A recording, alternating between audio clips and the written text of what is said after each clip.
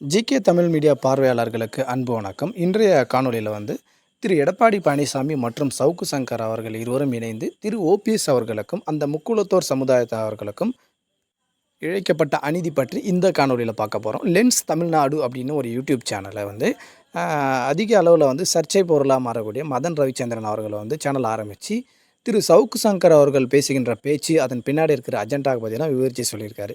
குறிப்பாக கடந்த ஓராண்டாக அரசியல் தெரிந்தவங்களுக்குலாம் தெரியும். சவுக்கு சங்கர் அவர்கள் திமுக ரொம்ப கடுமையாக விமர்சித்து பேசிட்டு வராரு. அதே சமயம் எடப்பாடி பழனிசாமி அவர்களுக்கு ஆதரவாக செயல்பட்டு வராரு நமக்கும் தெரியும். இதில் இன்னொரு முக்கியமான விஷயம் என்னென்னு கேட்டிங்கன்னா, முன்னாள் முதலமைச்சரும் தமிழக சட்டமன்ற உறுப்பினருமாக இருக்கக்கூடிய திரு ஓ பன்னீர்செல்வம் அவர்களை தொடர்ந்து அவதூறு பேச்சுகளால் பேசி வந்தார். அதாவது ஓ பன்னீர்செல்வம் அவர்களை ஒரு கேலி பொருளாகவும் அவரை அரசியல்லேருந்து எப்படியாவது அப்புறப்படுத்திட வேணும். ஓ பன்னீர்செல்வம் எதுக்குமே தகுதி இல்லாத ஆள், இவருக்கெல்லாம் ஒரு ஆள் அப்படின்ற ரீதியில் ரொம்ப கொச்சையாக கேவலப்படுத்தி பேசி வந்தார்.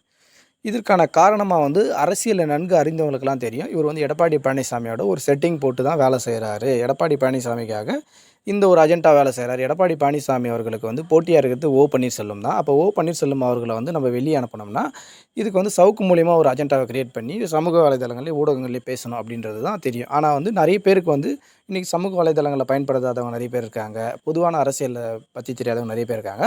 அவங்களுக்குலாம் சவுக்கு பேசுகிறது தான் உண்மை, அப்போ சவுக்கு சங்கர் சொல்கிறதுலாம் உண்மை, எடப்பாடி பழனிசாமி அவர்கள் தான் சரியானவர் அப்படின்ற ஒரு பிம்பத்தை கிரியேட் பண்ணாங்க.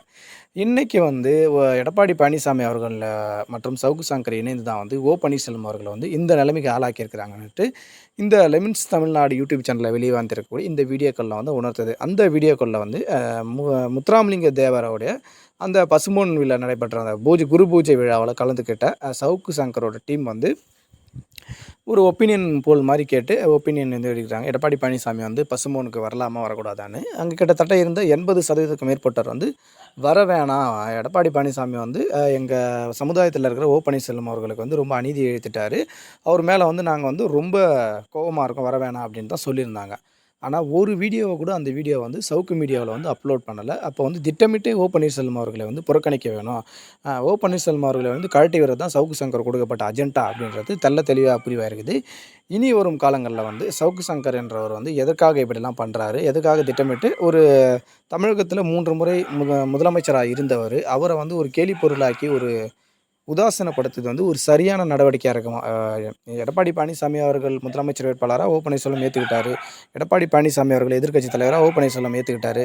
அப்போ அவரை கட்சியில் இருந்து நீக்கணும், அவர் அதிமுகவுக்கும் அவருக்கும் எந்த தொடர்பும் இல்லை அப்படின்னு சொல்கிறது மூலயமா அப்போ முன்னாள் முதலமைச்சர் ஜெயலலிதா எதுவுமே தெரியாமல் தான் அவர் கூட வச்சுட்டு இருப்பாங்களா அப்படின்ற கேள்வியும் கேட்க தோணுது. அப்போ சவுக்கு சங்கர் மற்றும் எடப்பாடி பழனிசாமி அவர்கள் இடையே நடந்த இந்த விஷயங்கள்லாம் இப்போ பரவலாக சமூக வலைதளங்கள் பரவிட்டு வருது.